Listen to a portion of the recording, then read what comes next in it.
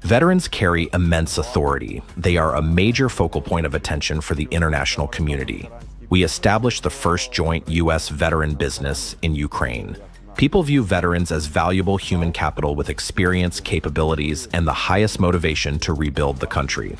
There's a training program tailored specifically for veterans in the oil and gas sector, and trainees will travel to the U.S. to exchange experiences. It's a historic deal, a historic arrangement, and a historic memorandum between the Ministry of Veterans Affairs, our association, and major U.S. businesses. We are happy to welcome you back to Washington, Serhii. Today we are in a truly iconic location. Right here, behind us, is the monument to Taras Shevchenko, the Ukrainian writer. For anyone who might not know that we have such a powerful monument here in Washington, we are so glad to see you again. I am very glad to see you too. For me, it is also symbolic to be standing right here, next to this monument to Taras Hryhorovych, who is undoubtedly a symbol of the Ukrainian people's fight for freedom. Not just for independence, but for freedom. Because today is also a significant day, U.S. Independence Day. And here we are, next to a prominent Ukrainian freedom fighter. Moreover, our fallen hero, Denis Antipov, was here. He is commemorated on a special memorial plaque in the Pantheon of the Glory of Askold's grave. His parents asked me to record a small speech in his memory at this spot. So thank you very much for helping to honor the memory of our fallen military entrepreneur heroes. Thank you so much for your service.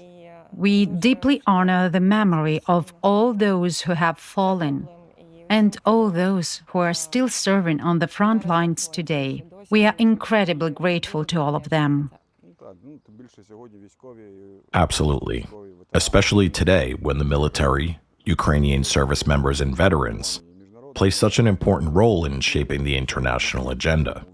And that's not just in a military sphere, but also in terms of politics, business, society, and civic engagement. Tell us, please, are there any news or updates since our last meeting? Actually, not maybe, there definitely are. So, what's new since our last conversation? Well, first of all, regarding what's new with our association, we've become an all-Ukrainian organization because we expanded into the regions and opened local branches. So now, our association has local chapters in several regional centers across Ukraine. That's the first thing.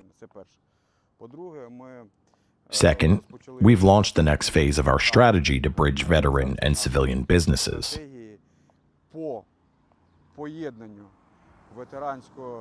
This is incredibly important right now because when military veterans return, they need to transition back to a civilian life as fully as possible. That's why the name of our association now is the Association of Entrepreneurs and Veterans.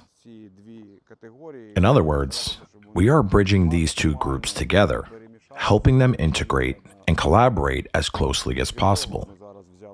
On top of that, we recently participated in the URC, the Ukraine Recovery Conference in Gdansk, as part of the delegation from the Ministry of Veterans Affairs.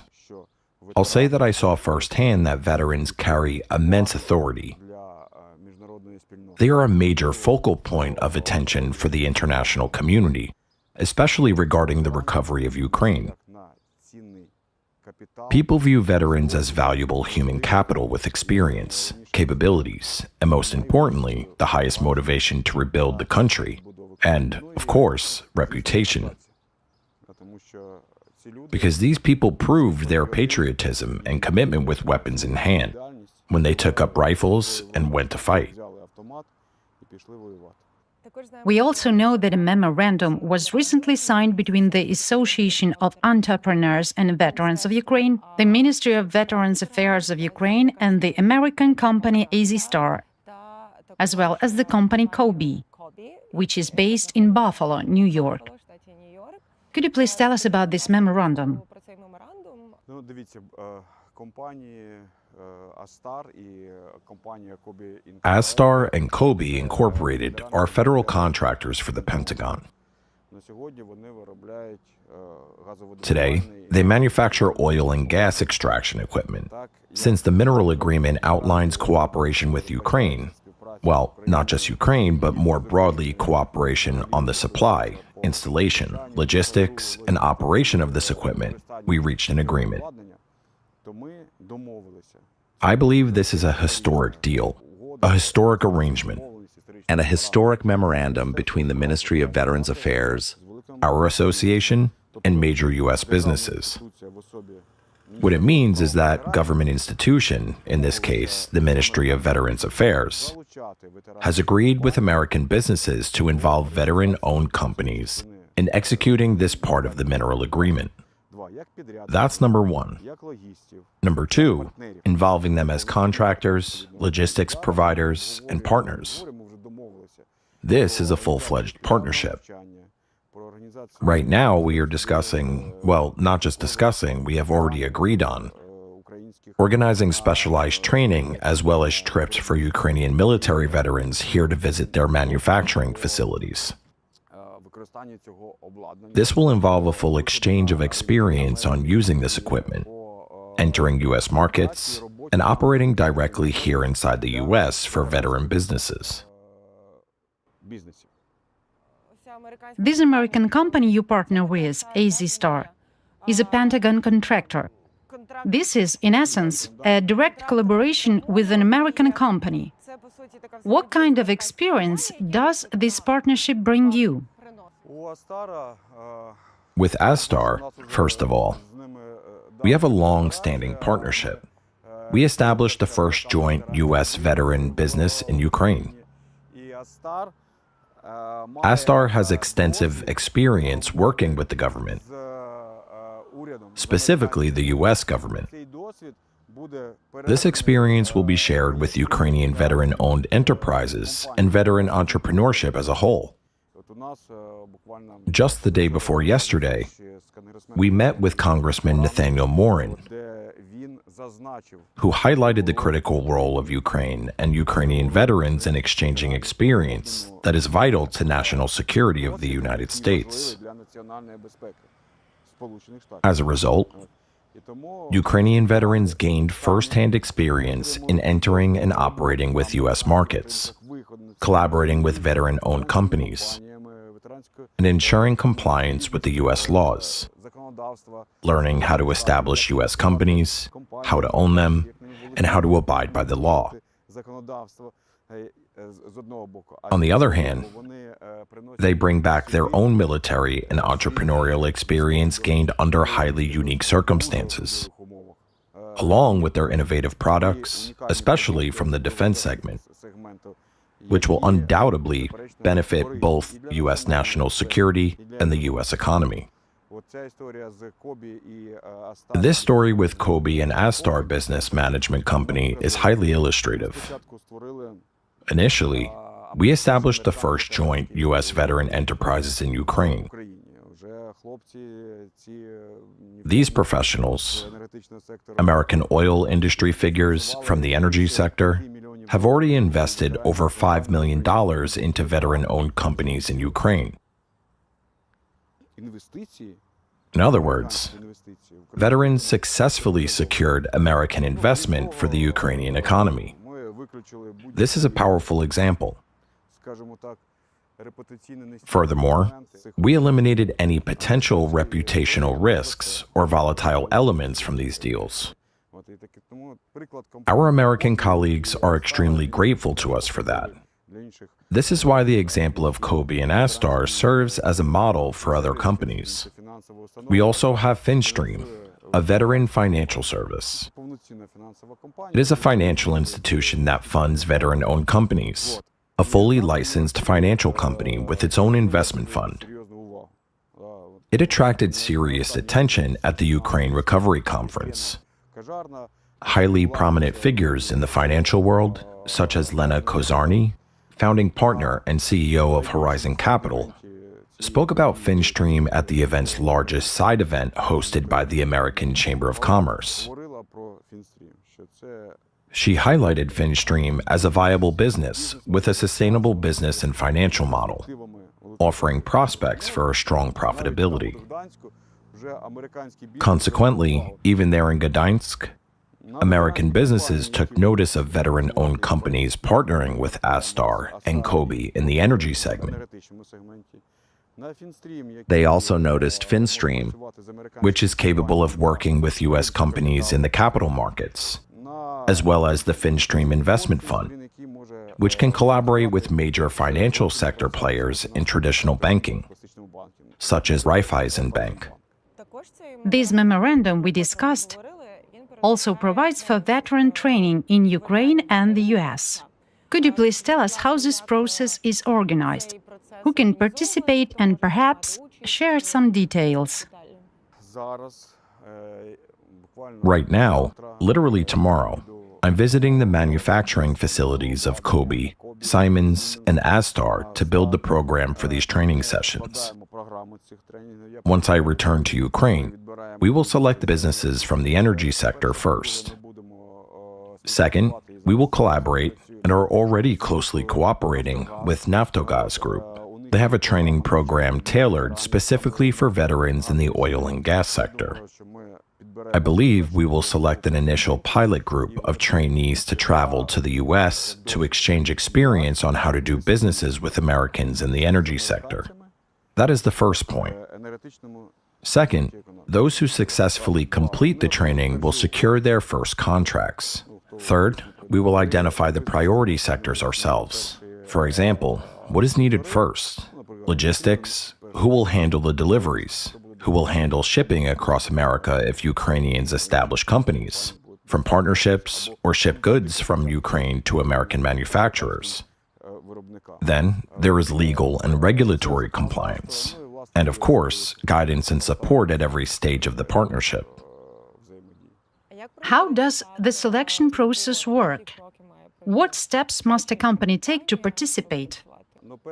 First and foremost, we have a specialized 3-level entrepreneurship training course within our ecosystem. Veteran entrepreneurs must complete this business training, pitch their ideas, and pass certain exams. First, they earn a certificate, and then they pitch their specific project for collaborating with Americans to qualify for the group.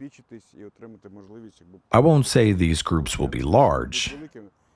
Right now, we are just starting to test the waters. But these are the first steps, and the road is conquered by the one who walks it.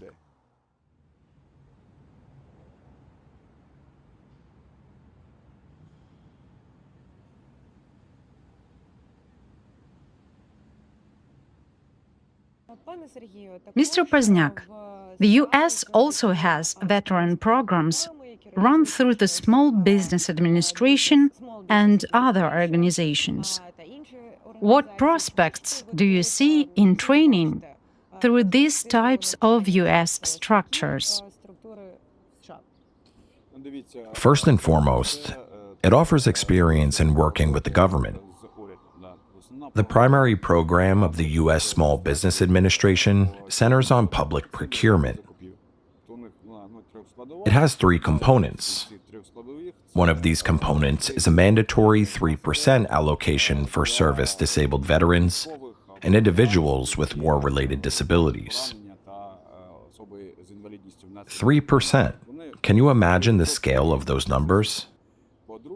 Second, it involves collaborating with American businesses that already work with the government, such as AllatRa Business Management Company, so they can teach our veterans how to properly set up companies, operate within the legal framework, and bid on U.S. tenders. The third direction is, of course, lobbying, ensuring we protect the interests of veteran entrepreneurship here in America. because I am certain that cooperation with the U.S. market is not limited to just 2 companies.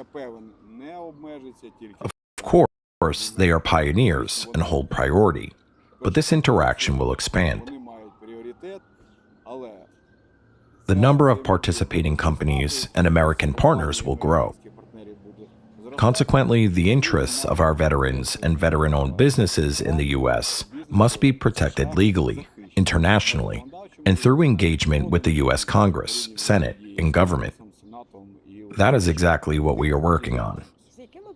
What are the most common challenges a Ukrainian veteran is likely to face today if they want to start a business? на сьогодні це доступ до Today, it is access to capital.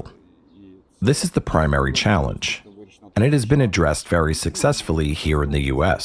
американський We must leverage this successful American experience.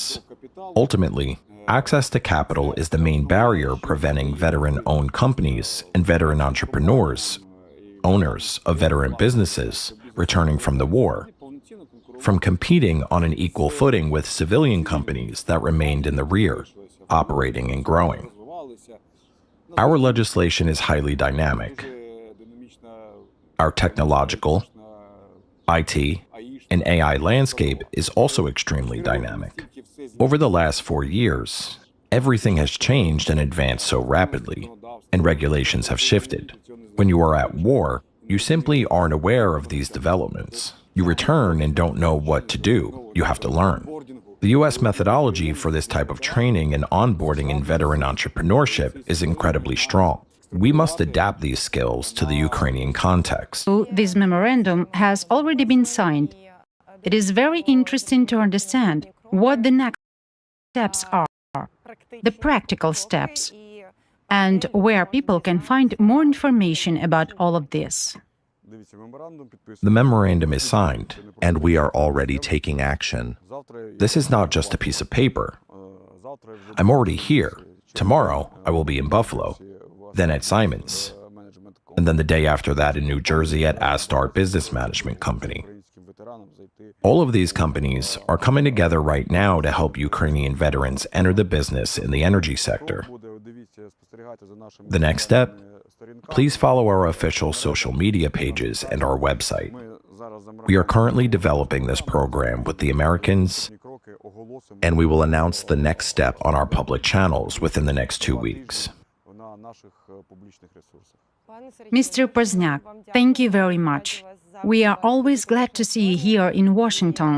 Thank you so much for your service and for transitioning to serve on the economic front after serving at the front. You are truly paving the way for all veterans. Thank you very much. І вам дякую за те, And thank you for covering issues that are important to the American community right here in America, in the United States. що в Штатах люди знають. People know about the challenges veterans face. They are so aware of them that they are speaking about them directly at the URC.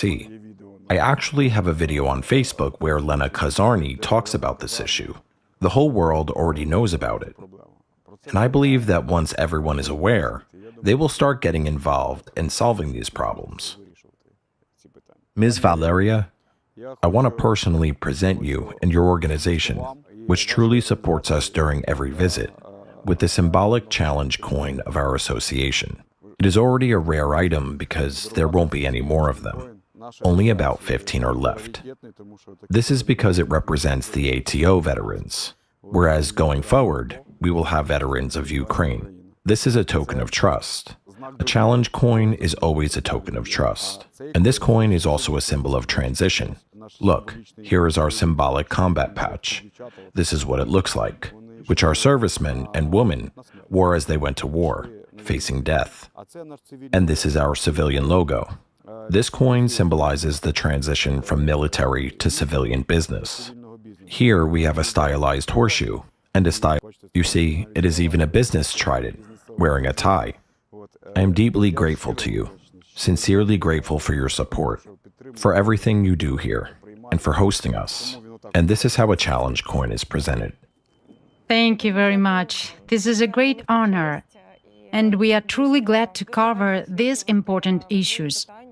So thank you, and thank you so much for your trust. Glory to Ukraine.